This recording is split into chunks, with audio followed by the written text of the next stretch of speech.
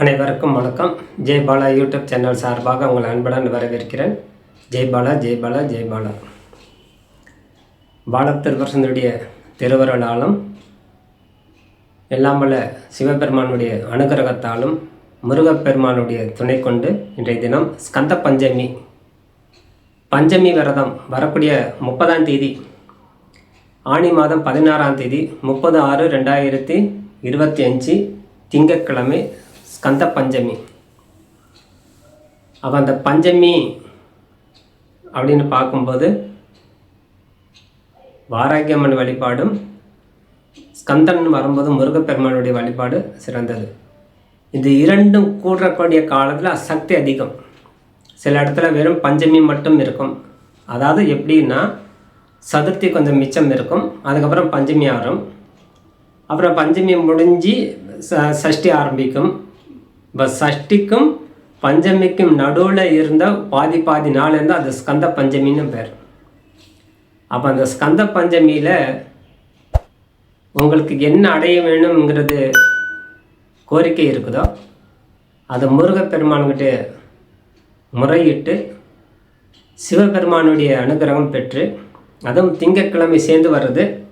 அதுவே இந்த ஸ்கந்த பஞ்சமியில் இன்னொரு விஷயம் நம்ம தெளிவுபடுத்திக்கலாம். விரதங்கள் இருக்கும்போது முருகா முருகா முருகான்னு விரதம் இருக்கிறோம். சஷ்டி கவசம் படிக்கணும், குமரகுரு கவசம் படிக்கணும், கந்தகுரு கவசம் படிக்கணும். இது நம்மளுடைய ஆத்மா சுத்தம் அடைகிறதுக்கு உண்டான விரத காலங்கள். அப்போது ஒரு சஷ்டி படித்தால் ஒரு நெய்வேத்தியம் பண்ணிடணும். உங்களால் என்ன 2 வாழைப்பழம் இருக்கா, இல்லைன்னா முந்திரி, திராட்சை, கல்கண்டு, பேரிச்சம்பழம் அது போன்றவை கூட வச்சு ஒரு தீபாரதனை. எதுவுமே இல்லைன்னா வீட்டில் கொஞ்சம் வெள்ளை சாதம் அதுவும் இல்லைன்னா ஒரு பால் ஒரு கிளாஸ் வச்சு சாமிக்கு தீபாரதனை பண்ணிட்டு அடுத்த ட்ரிப்பு நீங்கள் சஷ்டி கவசம் படிக்கணும். இந்த ஸ்கந்த பஞ்சமியில் குறைஞ்சபட்சம் 6 முறையாவது படிக்கணும். 6 முறை, காலையில் 2 முறை, மத்தியானம் 2 முறை, மாலை பொழுது 2 முறை, இரவு சாமி தரிசனம். இத்தனை செய்தால் முழுமை பெறும். இல்லை நம்மளுக்கு அதெல்லாம் மத்தியான நேரம் அவகாசம் இல்லைன்னா காலையில் 3 முறை சஷ்டி கவசம், மாலை பொழுது 3 முறை சஷ்டி கவசம் படித்துட்டு அப்படியே ஆலயம் சென்று வழிபாடு செஞ்சு கொள்ளலாம். அந்த ஆலயத்தில் ஏதேனும் அபிஷேகம் இருந்தால் அந்த அபிஷேகத்தில் கலந்து கொண்டு பால், இளநீர் வாங்கி கொடுத்து உங்களுடைய கர்மாபலன், கர்மனால் ஏற்படக்கூடிய வினைகள் நிவர்த்தி பெறணும். குடும்பம் க்ஷேமமாக இருக்கணும், தனதானிய அபிவிருத்தி அடையணும், குழந்தைகள் செல்வம் அதிகரிக்கணும், குழந்தைகளுடைய படிப்பு அதிகரிக்கணும், பிள்ளைகளாக இருந்தால் திருமணம் நடக்கணும், திருமண வயதிலே பிள்ளைகள் இருந்தால் எனக்கு திருமணம் நடக்கணும் அப்படி சொல்லி அந்தந்த வயதுக்கு ஏற்றபடி பேரண்ட்ஸ் இருந்தால் பிள்ளைங்கள் கல்யாணம் நடக்கணும். இளம் வயதுக்காரர்கள் விரதம் இருந்து வந்தால் தனக்கு நல்ல வரன் அமையணும் அப்படி சொல்லி மனதார பிரார்த்தனை செய்து கொள்ளும்போது அந்த முருகப்பெருமானுடைய திருவருளால் மிகவும் சிறப்பு வாய்ந்ததாகவே பலன் அமையும். 6 தீபம் ஏற்றணும். முருகப்பெருமானுக்கு உண்டான சஷ்டி கவசம் சொல்லிக்கிட்டே சுற்றணும். அப்போ இந்த முருகப்பெருமானுக்கு குறைஞ்சபட்சம் 36 முறையாவது அன்றைக்கி தினம் சுற்றி வரணும்.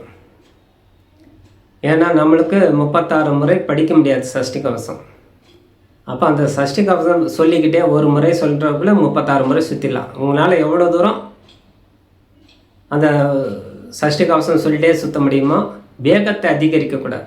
முருகப்பெருமான் சுற்றும் போதும் எந்த சாமி சுற்றும் போதும் சஷ்டி கவசம் சொல்லி நிதானமாக சுற்றணும். எப்படி சொல்லுவாங்க அப்படின்னா பெரியவங்கெல்லாம் ஒரு கர்ப்பிணி பெண் எப்படி மெல்லமாக நடப்பா, நிறை மாத கர்ப்பிணி மெல்லமாக நடப்பா, ஒரு வயதிகன் எப்படி மெல்லமாக நடப்பா, அதே மாதிரி நடந்து தான் சுவாமி தரிசனம் பண்ணு.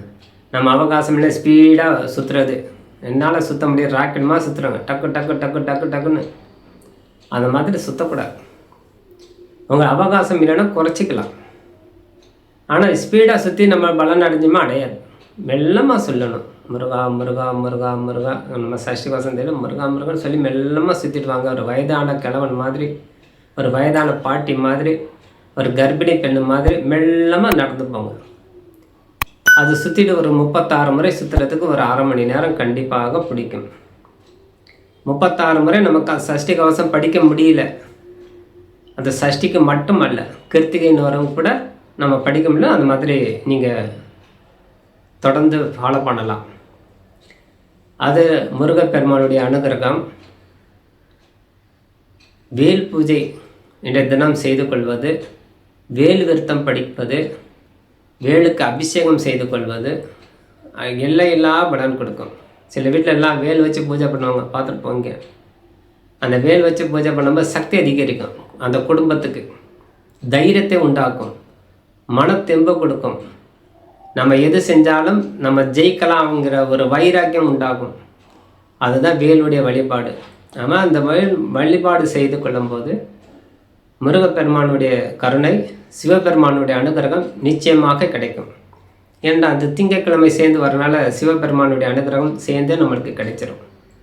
அம்பிகையுடைய அனுகிரகம் சேர்த்து கிடைச்சிடும். அப்போ முருகப்பெருமான் வழிபட்ட பெருமாள், பிரம்மா, விஷ்ணு, எல்லாருடைய தெய்வம், எல்லா சக்தியுடைய, துர்கா, லட்சுமி, சரஸ்வதி உடைய அனுகிரகம், நவகிரகத்தினுடைய அனுகிரகம், அஷ்டதீபாலகருடைய அனுகிரகம் அனைத்தும் கிடைக்கும். இதுக்கு ஒரே ஒரு இது நம்மக்கிட்ட இருக்கக்கூடியது பஞ்சபூதங்கள்னு சொல்லக்கூடிய நம்ம உடம்புல இருக்கக்கூடியது அடக்கி ஆளணும்.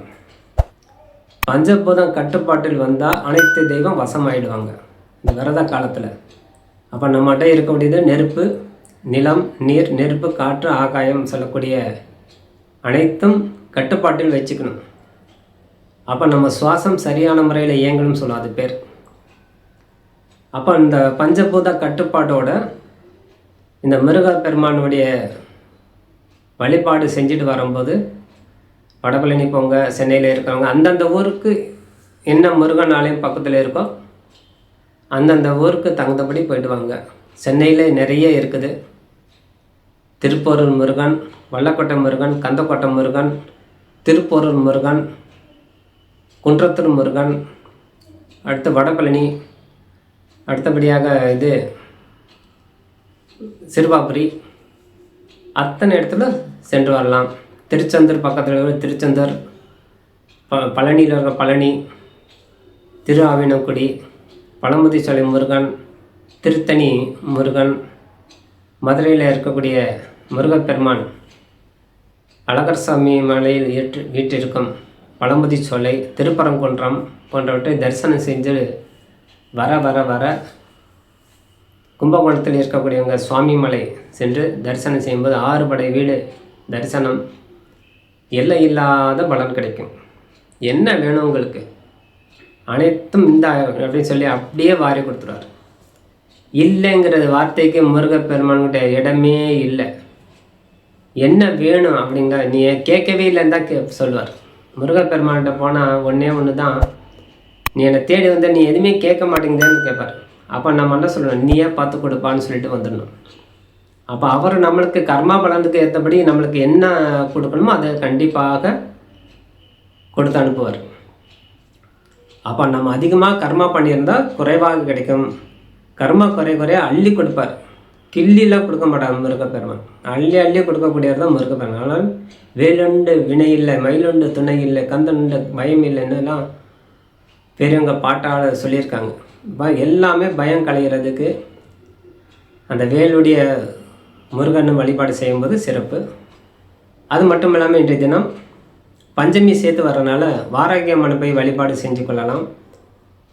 இந்த வாராகியுடைய தெய்வ கோயில் சென்று தீபம் ஏற்றி மனதார வழங்கும்போது பூமி சம்மந்தப்பட்ட தோஷ நிவர்த்தி ஆகும். செய்வினை கோளாறு இருக்கிறவனுக்கு குணமாகும். நவகிரகத்தால் ஏற்படக்கூடிய தோஷங்கள் விலகும். ராகு கேது தோஷம் அதிகமாக பாதிக்கப்பட்டிருந்தால் அது விலகும்.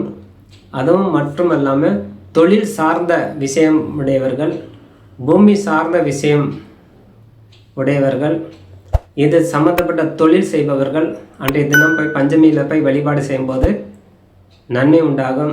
நம்மளுக்கு அடிக்கடி பகை உண்டாகுது, பிறர்கிட்ட நம்மளுக்கு அடிக்கடி வாக்குவாதம் உண்டாகுது, ஏதேனும் ஒரு வகையில் நம்ம சண்டை போடுறோம், நம்மளுக்கும் சும்மா இருக்க முடியல, வரவனும் நம்மகிட்ட சும்மா இருக்க மாட்டேங்கிறாங்க, ஏதேனும் ஒரு வகையில் வாக்குவாதம் வந்துக்கிட்டே இருக்குன்னா அப்போ நம்மளுக்கு பார்த்தா சண்டைக்காரன் சொல்லுவாங்க, நம்ம அவங்கள பார்த்து சண்டைக்காரன் சொல்கிறது இதெல்லாம் வேண்டாம்.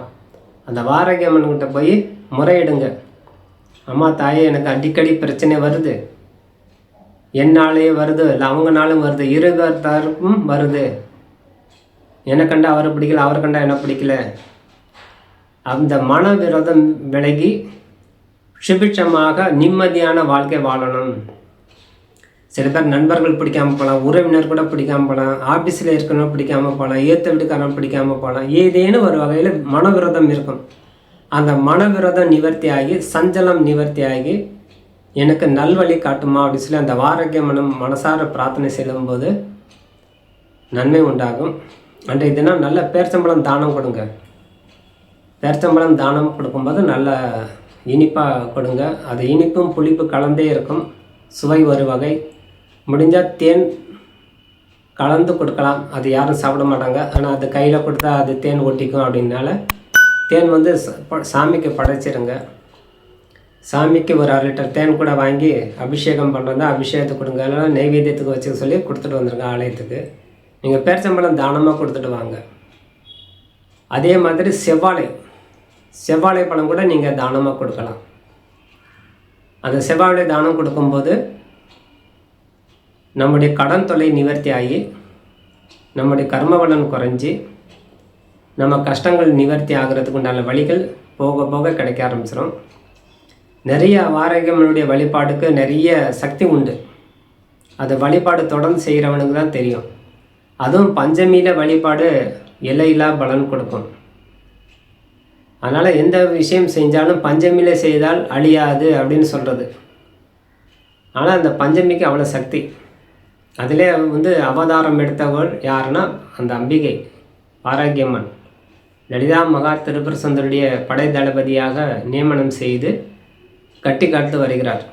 ஆகவே இன்றைய தினம் இரு விசேஷம் சார்ந்த காலம் என்பதால் இந்த விரதங்கள், இந்த பூஜை முறைகள் முழுமையாக பயன்படுத்தி கொண்டு வாழ்வாங்க வாழ எல்லாம் வல்ல முருகப்பெருமானையும் வாராகி அம்மனையும் பிரார்த்தனை செய்து கொண்டு என்னுடைய பாலத்திற்கு மனதார வேண்டிக் கொண்டு விடைபெறுகிறேன்.